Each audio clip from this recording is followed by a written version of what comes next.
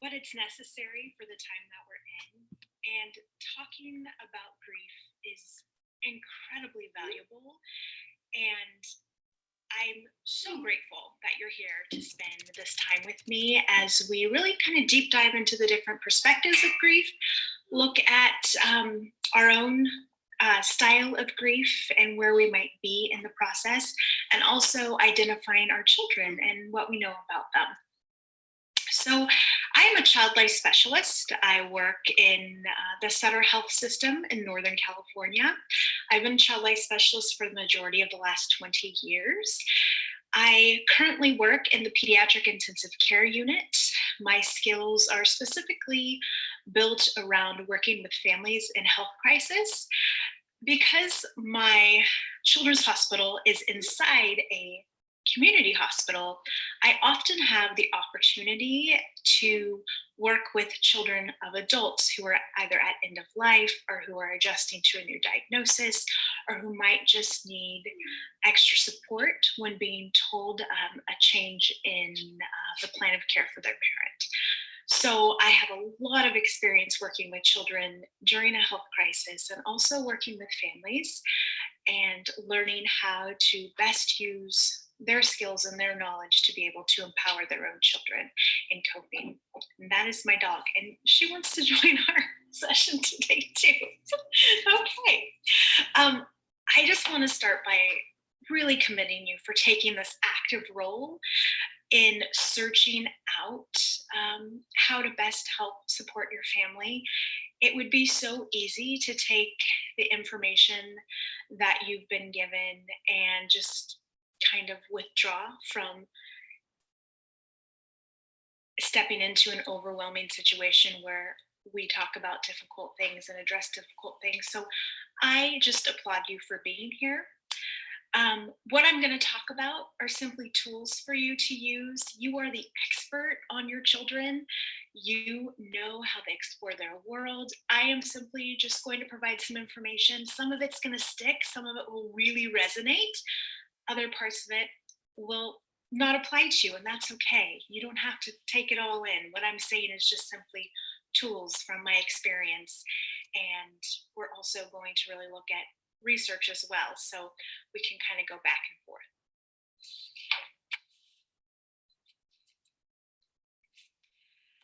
Okay, so let's take a collective breath together. We're going to bring awareness to some parts of ourselves that is uncomfortable, and you really are choosing to talk about a subject that's wrapped in stigma and taboo in our society. We are embracing difficult situations, we're embracing difficult conversations, and that's why we're here and we're doing this together.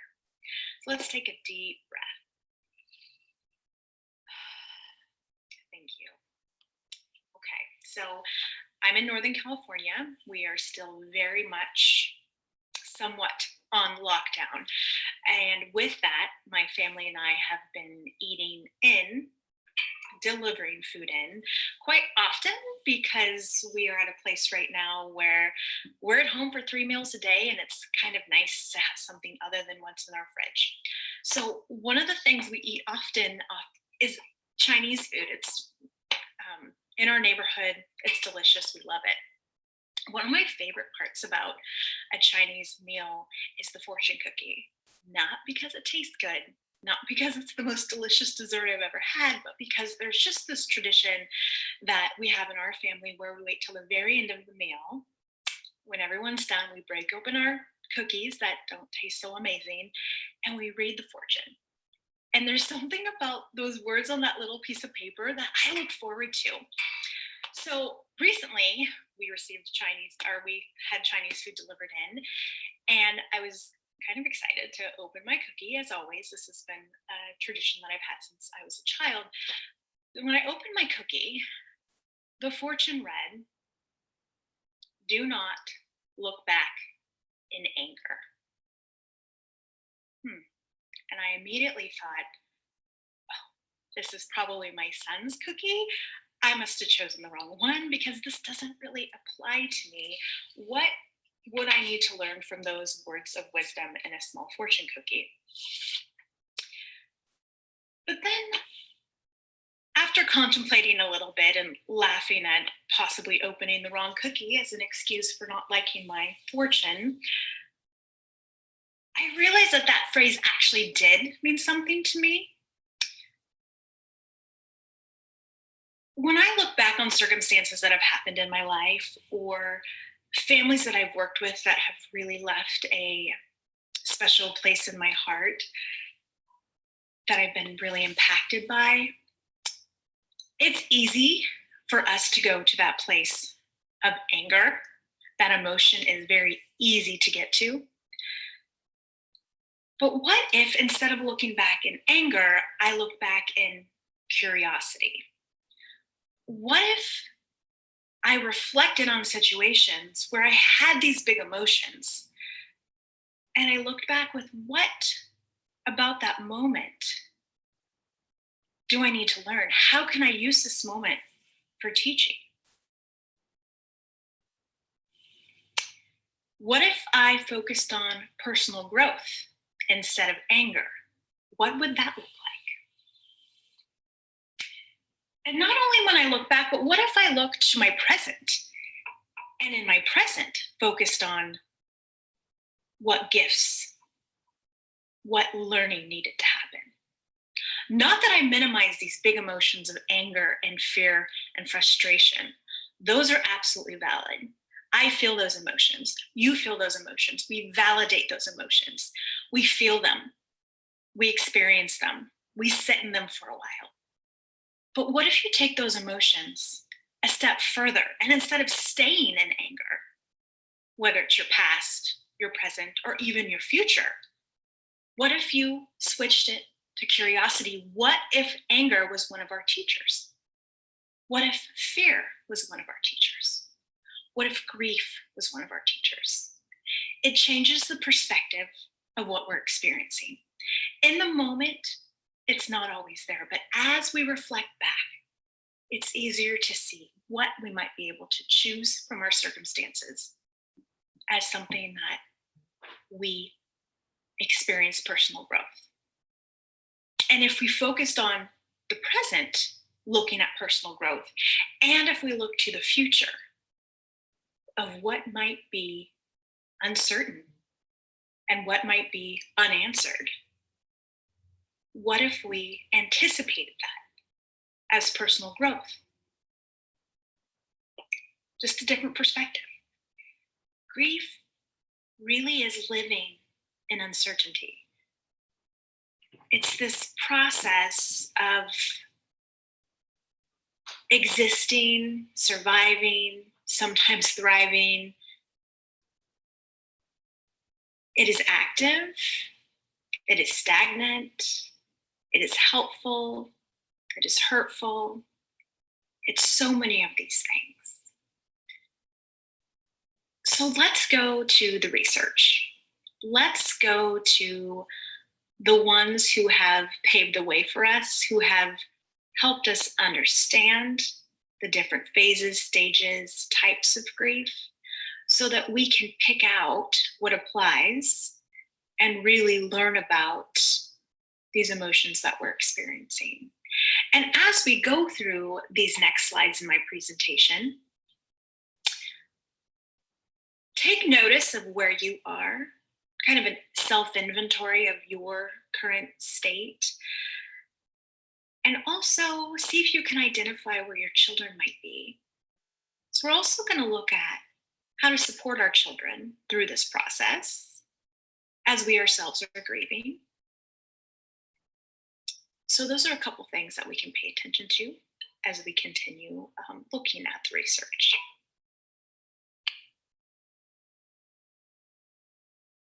So Elizabeth Kubler-Ross, for me, is really that foundational researcher and authority on grief.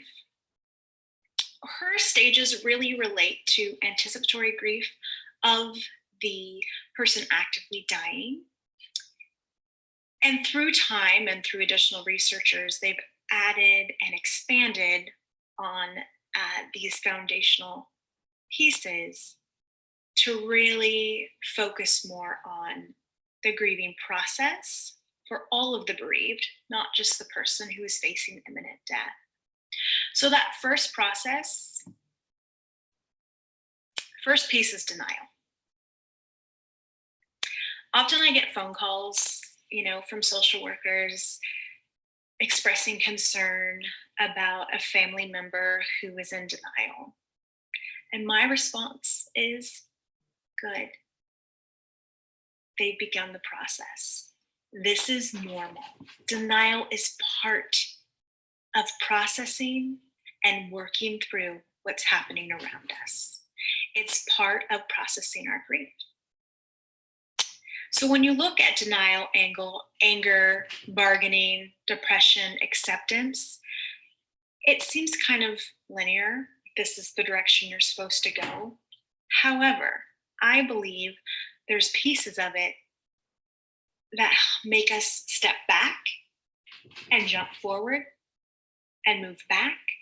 And when you think about your child, as they are processing their grief, as they grow and understand death differently, they're going to come back to those same phases of exploring and trying to understand what's happening now that they've reached a different developmental age. So David Kessler was the researcher that worked alongside with Elizabeth Kubler-Ross to really take these stages and expand them. And he added a stage of finding meaning after acceptance. And in finding meaning, it really is actively working towards doing something to honor, memorialize, or to turn your grief into something productive. We'll talk a little bit about that later. Claire Bidwell Smith is a current author, and she added the step of anxiety to the stages of grief. In her perspective, these feelings of anxiety and anxiousness were part of her grieving process. And that needs to be recognized as well, is that anxiety often is connected with grief. I don't know how many of you have heard of William Worden.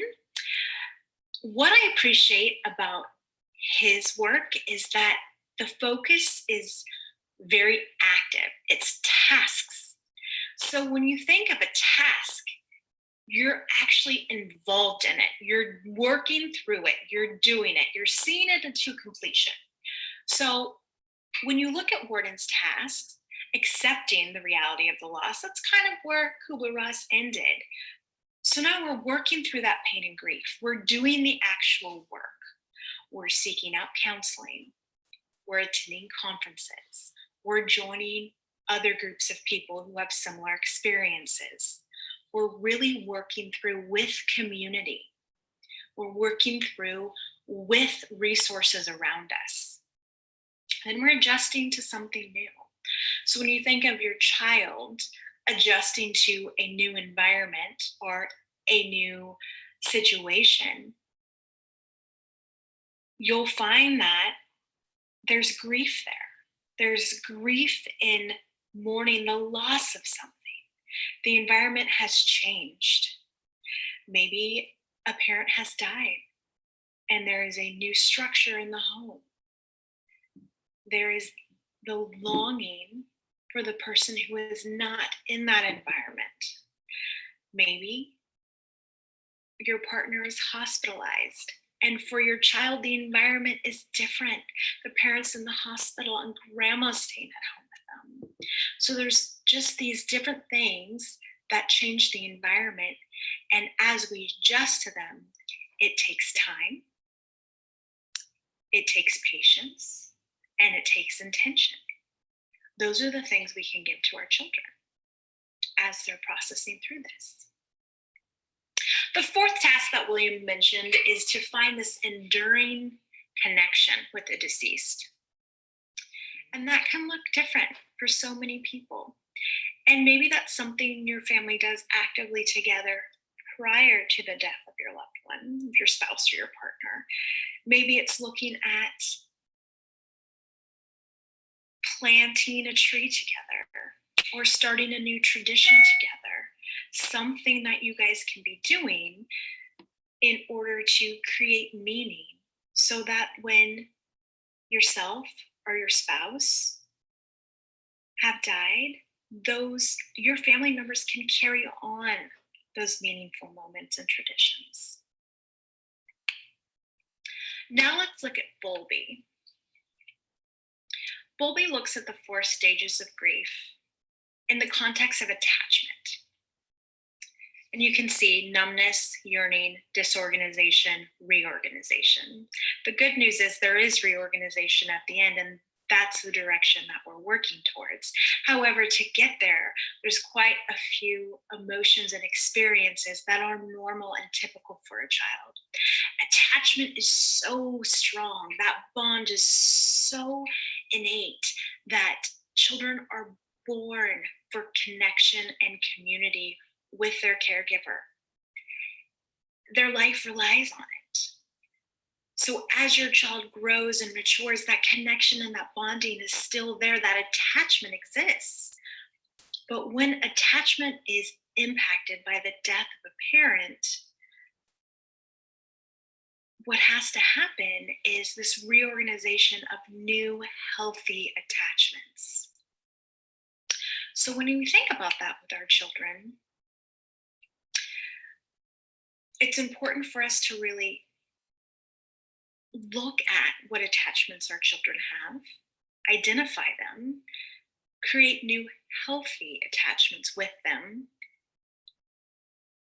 bring awareness to their needs. This means when your child is asking for time, you have to be okay with a sink full of dishes in order to be able to be with them, cuddle with them, read them a story, sit beside them. Priorities will change as you reorganize the attachments in your home. You're going to seek out trusting adults in your world that are going to provide for your child in your absence. Another big piece of helping children reorganize attachment is to validate their feelings and their emotions. It is okay to be angry. It is okay to be worried. This is normal to feel that way. But we take it one step further. After validating those big emotions, we then give them a reason to help them move through it. An explanation that's going to help them cope as they're building their mechanisms of coping. So we're saying it's okay to be afraid that your mom is going to die. But what do we know to be true? Our love will last forever. So it's taking those emotions, validating them. Sometimes it's so easy for us to say, don't worry, don't worry, don't worry, it's going to be okay, don't worry. That's not what our kids need. They need to know that they can come to you with their emotions and they'll be validated, they'll be heard, and you are a safe place for them to express it because their emotions are diminished. This does not mean that we validate behaviors around these emotions and frustrations. When behaviors are out of alignment with your expectations for your children, it is okay to keep those boundaries. It is okay to be angry. It is not okay to hit your brother. These are conversations you probably have with your children already, and they'll just continue. So as you are building healthy attachments for your children, you want to be open to being that person who they're going to come to feel safe and secure around. So the dual processing model of grief, I think children have absolutely figured out. It's really waffling between being in your grief, in your sadness, focused on the loss, and then going back to feeling joy, happiness, restorative feelings, restoration oriented, should say. Looks, my slide didn't turn out so well. So it's that child who is in the moment in their bedroom sobbing, and then 2 minutes later, out in the backyard playing in the treehouse, laughing. It is the child who is quiet and withdrawn in the corner, and then 2 minutes later having their time of their life playing Roblox on the iPad. It's switching between those big emotions of loss-oriented grieving and those restoration emotions of joy and happiness. It's going back and forth. As adults, when we switch to joy or laughter, we experience guilt because we're supposed to be sad. But we can learn from our children that we're able to go back and forth, and that's okay. That is the natural way of processing, this dual processing of moving back and forth through grief. Anticipatory grief. Anticipatory grief is a gift. And when I say gift, I want you to know that I'm not minimizing the fact that you would absolutely 100% trade your situation if you knew that you could have your loved one forever in your life. What I'm saying is that these gifts that we experience in grief can be our teachers. Even though we'd give anything to give the gifts back, we can take our situation and create time with our family, preparing, having conversations about what's most important at the end of life, so that us who continue to live honor those in our lives who are dying, and at the end of life know that what we've done was exactly what they wanted. No one ever told me that grief felt so much like fear. Not C.S. Lewis. It can often feel the same way. But in that fear, in this moment when you're able to anticipate the fact that your spouse's or partner's life could be fleeting, that they could die soon, that you're anticipating an imminent death, these are the most precious moments that you can spend together. And in that, you're giving each other the gift of time, as much as you have, as little as you have, making the most of every moment that you are together.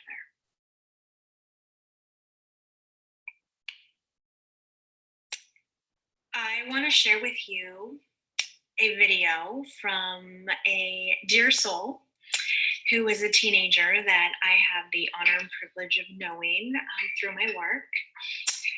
And I asked her to share her story as part of the process of her own healing.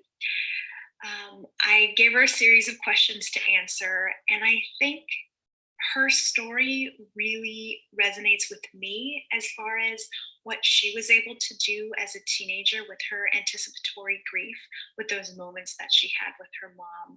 So please listen to Caroline as she shares from her heart about what her experience has been like. Hi, Caroline. I'm gonna share my experience about losing my mom when I was 16 to a terminal illness. So my mom was diagnosed with glioblastoma when I was 15. You know, And so she was sick for about a year and a half before she passed away. But I'll explain, I guess, a little bit about the year and a half when she was sick. So we found out she was sick, but my parents didn't tell me and my sisters what she had. Like, we knew she had brain cancer, but they didn't tell us what type of cancer because they didn't want us to like look it up and then find out it was terminal and all that stuff because they didn't want us to lose hope. But like quickly we found out because she was declining really quickly and turning into like almost like a toddler and becoming really just like childlike. She couldn't like feed herself, walk by herself, go to the bathroom by herself. So for that entire year and a half, we had to do that. And during this time, like our relationship switched. It was no longer like daughter and mom. It was now I'm like her one of her main caregivers and she's like a little kid.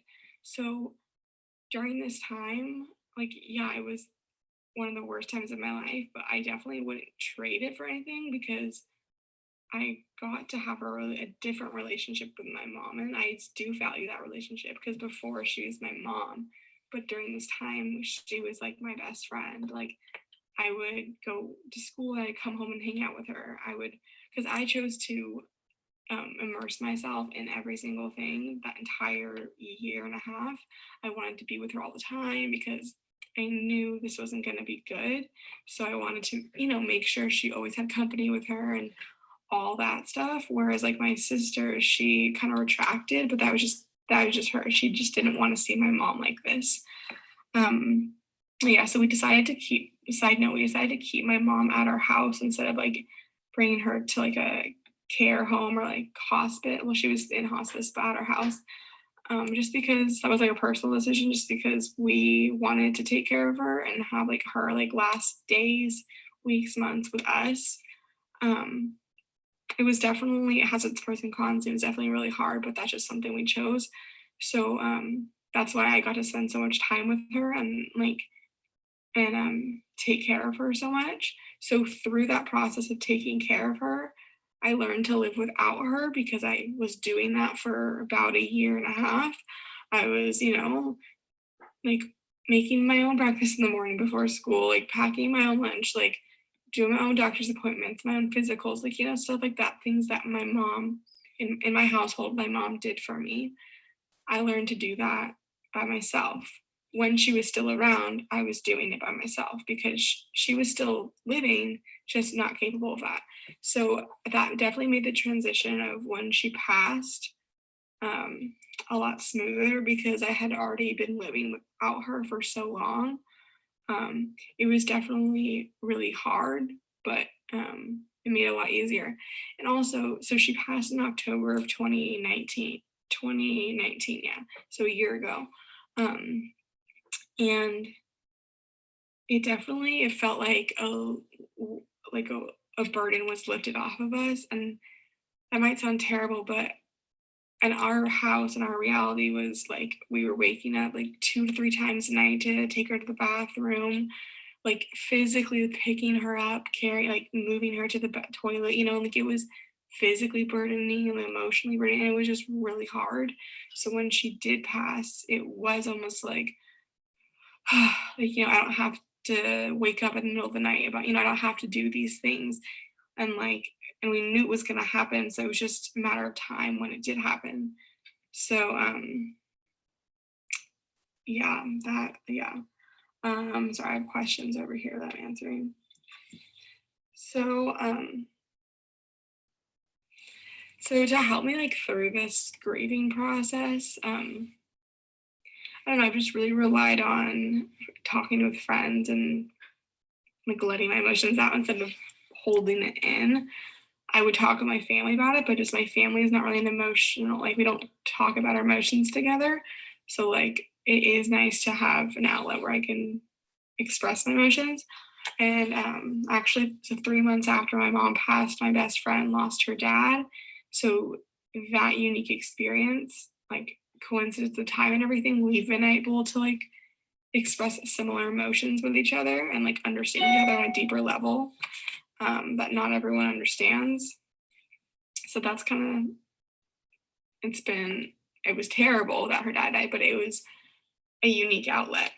I've also been going to therapy, and so that's been really helpful. I didn't at first, but my sister really encouraged me, and I do really enjoy it. It just gives me a chance to talk to someone, have them talk back because usually friends don't know what to say, and that's normal. A lot of my friend, I lost my best friend during all this because she just didn't know how to do anything, and so she just backed out. And so a lot of friends don't get it. So that's why it's nice talking like with therapy. Um, I also follow a lot of grief Instagram accounts. I found that it really helps to read something and then be like, wow, that was my emotions literally written out and put it into words. Like, because sometimes like you have these thoughts, but like it's just nice to see it and like kind of then be validated in writing because someone else feels the same way. Um, so what does grief look like today? Great, like sometimes some days are really harder than others. Like today, actually today I was gonna say today was a good day, but like for example, today was my mom and dad's wedding anniversary. I think it's like 34 years or something like that. And it's like it's awkward. Like, do we talk about it? And that's like the thing with grief. My mom passed over a year ago, so now we've had all of the anniversaries, all the holidays. But at first, they're weird and uncomfortable. What do I do? They're really sad, and sometimes you might not be sad on the anniversary, and then you feel guilty for not being sad. But it's just an emotion, so it's kind of complicated. But like some days are really hard. Like I don't want to get up out of bed. I just want to cry all day. But other days, like I forget that she's gone. Like I don't realize it. Like it doesn't click. And like I'll like look at a picture of her like when she was like healthy and everything. And I literally think to myself, like that was like 3 years ago because I lost her a year ago. She was sick for like a year and a half. And like it's just like it's just crazy to think about. Um but it definitely does get easier because before that's all I could think about. But now and now like I talk to her all the time. I can feel her presence all the time, and so it's just that made it easier, because she's always with me.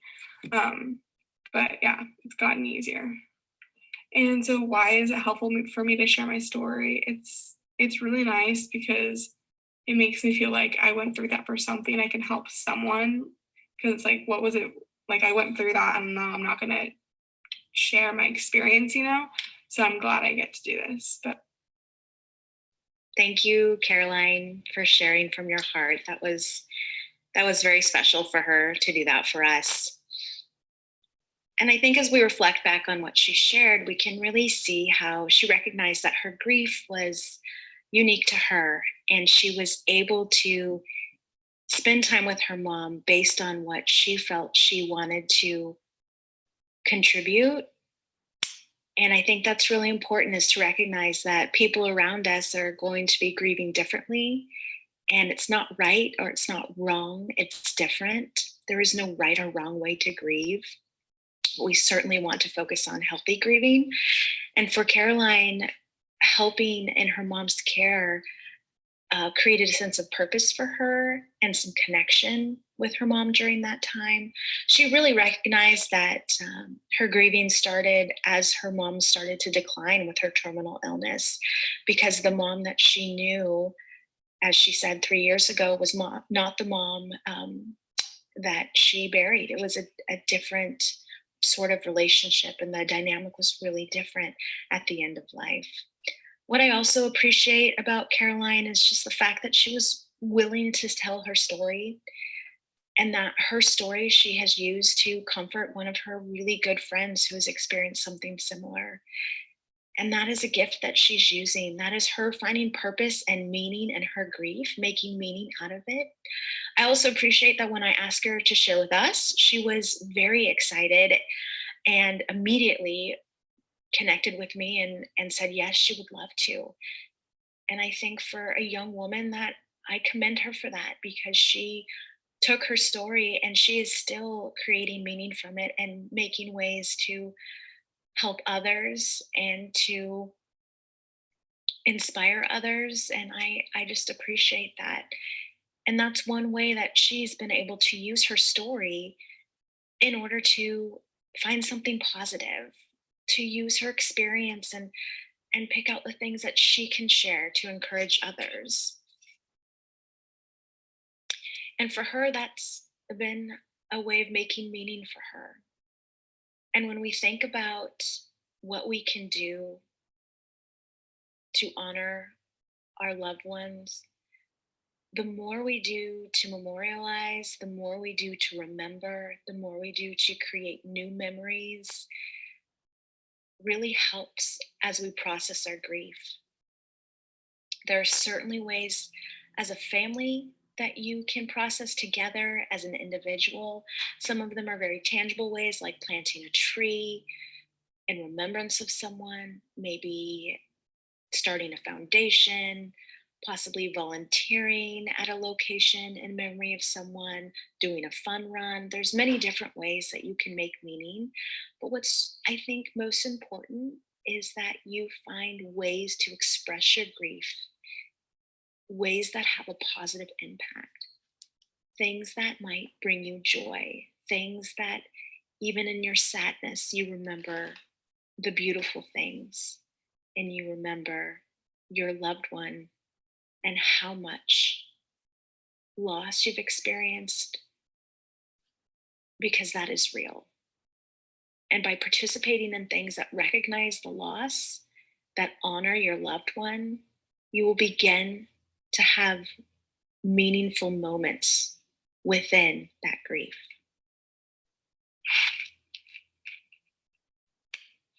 I listed a few gifts here.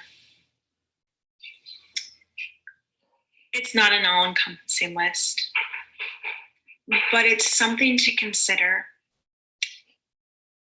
as you are in the place of contemplating what tomorrow is going to look like. For some of you, you're looking at what the past has been like as you've been grieving. I recognize that your grieving began the moment you were delivered bad news about your spouse or your partner having a terminal illness. That is when the grieving began, and it continues, and it will continue. It will feel different with time.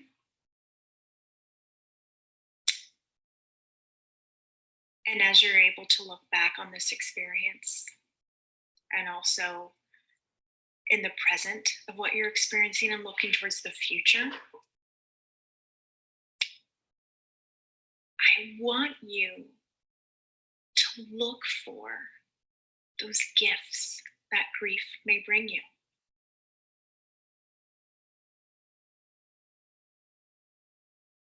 How are you becoming a better person? How are you experiencing personal growth? How is your perspective changing because of the experiences that you're having around death and loss and grief? How is your family coming together when you are unraveling? What can grief teach us? What can fear teach us? Let's remain open to feeling these emotions and knowing that personal growth can be part of this process. Thank you so much for your time. Thank you so much for committing to learning more about how to support yourself, your spouse, your children. Talking about death is one of the hardest conversations that you'll have with each other, with your family, with your community, but it is so important, and you are actively working towards making a difference in the lives of your family and your children, because you're embracing the reality that someone in your family has a terminal illness, and you are allowing the community of Inheritance of Hope to come around you and be part of this process.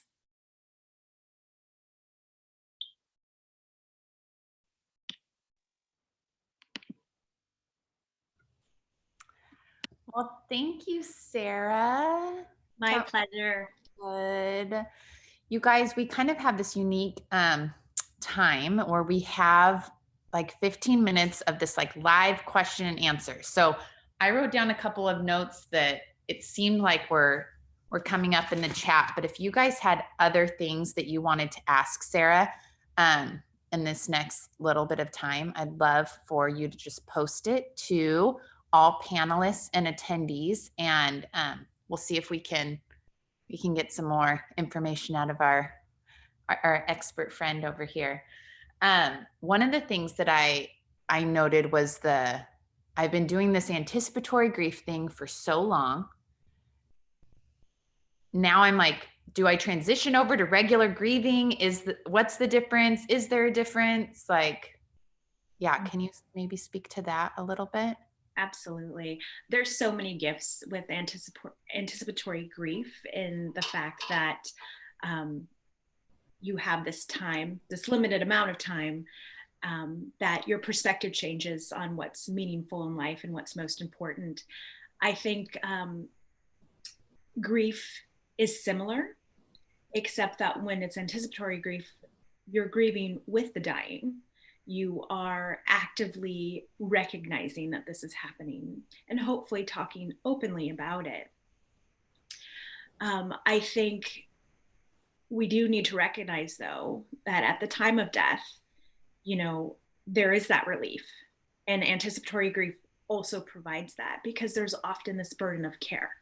And I saw that in some of the comments, and I saw the word guilt, but I also saw the word gentle.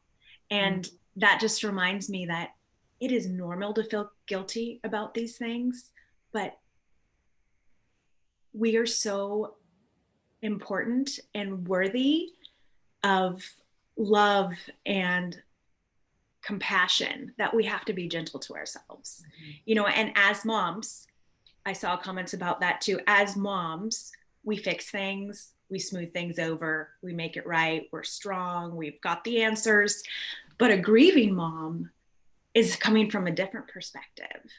They're looking at, how am I dealing with my own loss while I'm trying to support my children? So my suggestion would be, bring in those trusting adults to surround your child, those people in your child's lives who are at a different grieving place than you are as a parent, that can wrap around them and provide them what they need in that moment. And then as everyone kind of processes through and is at different phases and tasks of their grief, you'll connect in different ways and you'll be available in different ways. But there certainly is just this burden of parenting while grieving. Yeah. Okay, the holidays are coming up, and Joy is just asking like any tips on like, I think I'm looking at this list of people who have attended, and I know that some people have already lost their person, and some people this is their first holiday, some people this is multiple holidays without their parent or spouse. So I'm just all in all, how do we get through the holidays?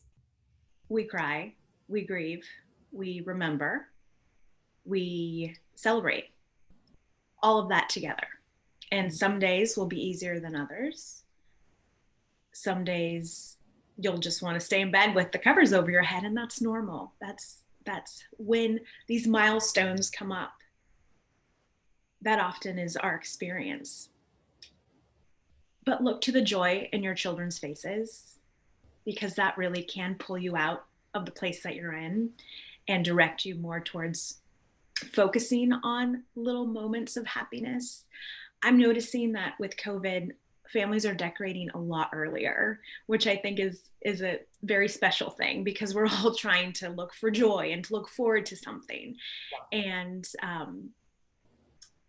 just take these moments of having to be sheltered together and socially distanced to find time as a family to continue making new memories, changing the memories that you have, an evolution of memories where it once was sad to decorate the Christmas tree without your loved one, and now you're remembering what it's like to have decorated that Christmas tree before. Inheritance of Hope is a faith-based organization, and rely on that. You know, rely on your community, rely on your faith, rely on what you know is true to get through every day. I like that point about, Caroline kind of even mentions it in her video. She says, like, it's awkward. Do I say something? Do I not say something? And I think you even naming, like, this was dad's favorite ornament, or this dad liked it decorated this way, and naming the thing and bringing your person into your holiday season, instead of like that tension's so hard of like, what to do. So I appreciate that. I know that our families do too. Heather is on our staff, and she says, like, we have a small memorial Christmas tree we made using pictures of the loved ones we have lost. That is so sweet. That is beautiful. What a great idea, Heather. Thank you for sharing that. That's so good. Mickey Jeski was asking any books that you recommend to give to teen boys. She is the diagnosed parent, and she's still, here with us, but her prognosis is not great. I would suggest going to a website called Art with Heart. Those, teenage boys, they're kind of you got to break through to them, but sometimes art can be a medium to do that. And Art with Heart has some great resources.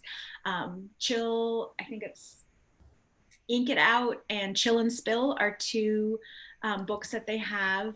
Read the descriptions first before you really look into ordering them to see if it's appropriate for your teenage boys. But sometimes art can be a medium for even teenage boys to express themselves. If your boys are book readers, I'm trying to think off the top of my head. I'll look into it. And shoot me an email, and I can put a book list together. And then also Heidi can connect me with you as well with your email so that I can send something out. Yeah, definitely. That's so good.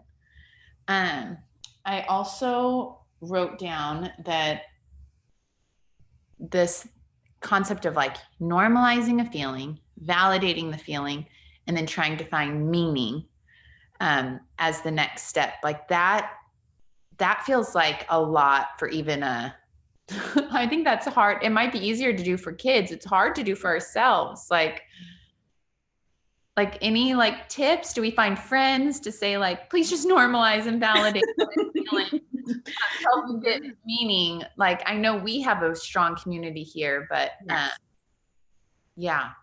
Yeah. It is hard as adults because we may not have practiced that in our lifetime. And it's a learned behavior to minimize our emotions, or a learned behavior to not express them or to not name them. So sometimes even naming the emotion can be a difficult task for someone who isn't used to doing that. And that's the first step. Yeah. And then realizing that you need validation from yourself, but also from others. And even in the chat today, I see that validation happening. But it's those around you. And it's okay to say to them when they say to you,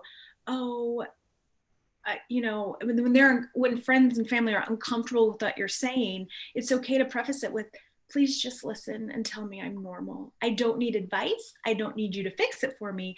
I just need you to listen. Because just the act of being present and listening is something that we all need. We need that to do that ourselves, but we need that from the people around us. And often people with great intentions are trying to fix it for you and change it for you, or share their own story in which they think they feel the same way. But in actuality, the people who've experienced exactly what you have are the only ones who really understand what you're going through. Yeah, totally. William posted in the chat to the panelists about he just lost his wife recently, and she was the one that took care of all the holiday stuff. I know this is like such a hard season, you guys, because we're coming up to like these big holidays, and so trying to recreate what it was before can feel incredibly overwhelming. Yes. So yeah, I guess like I didn't realize maybe the intensity of this, let's circle back to that again, the holiday season, because I think recreating what it was is impossible. Our person is gone, yet we want to like bring in the new, but then is that disrespectful? Is that like, man, I can sense like the yo-yo back and forth from emotion to emotion, and making meaning in that feels hard. It is hard. It is hard. And I feel like if you're the type of family that makes group decisions, coming together and deciding what feels right to each of you, and then coming up with a plan that encompasses that. Maybe it doesn't feel right to decorate or put up a tree this year. Maybe it feels right to do it, but really coming together and deciding as a family what direction you want to go. Because each person in the family might have a different idea or might not be comfortable with some things. And so that communication is really important. And also for those younger children, just letting them know ahead of time, kind of preparing them for what happens next is, if, we're going to still do this tradition, but we're not going to do this year. And, everything is impacted by COVID as well. So those are things that you might want to do as a family that you're not even able to do. If you wanted to get out of town for the holidays, that's might not be a possibility. So there's just a lot of adjustment. And again, we need to give ourselves some grace and just be gentle. I love that word, with ourselves, because it's uncomfortable. Yeah. Bryan is a good friend of mine, and he says, as the diagnosed parent and the husband, is there something I can say to help my loved ones through the grieving process? He has 10 children, by the way. Oh, Bryan, 10 children. Probably each one of your child needs something a little different because of where they are and their ages. You know them best, and you know how to connect with them, and know how they give and receive love. And I would say tailor that. Oftentimes I sit down with children and we make out a list of what's important. What are the things you want to do with your dad during this time? And sometimes it's play Nintendo, and other times it's hug more. So children can often give you an idea of what they need.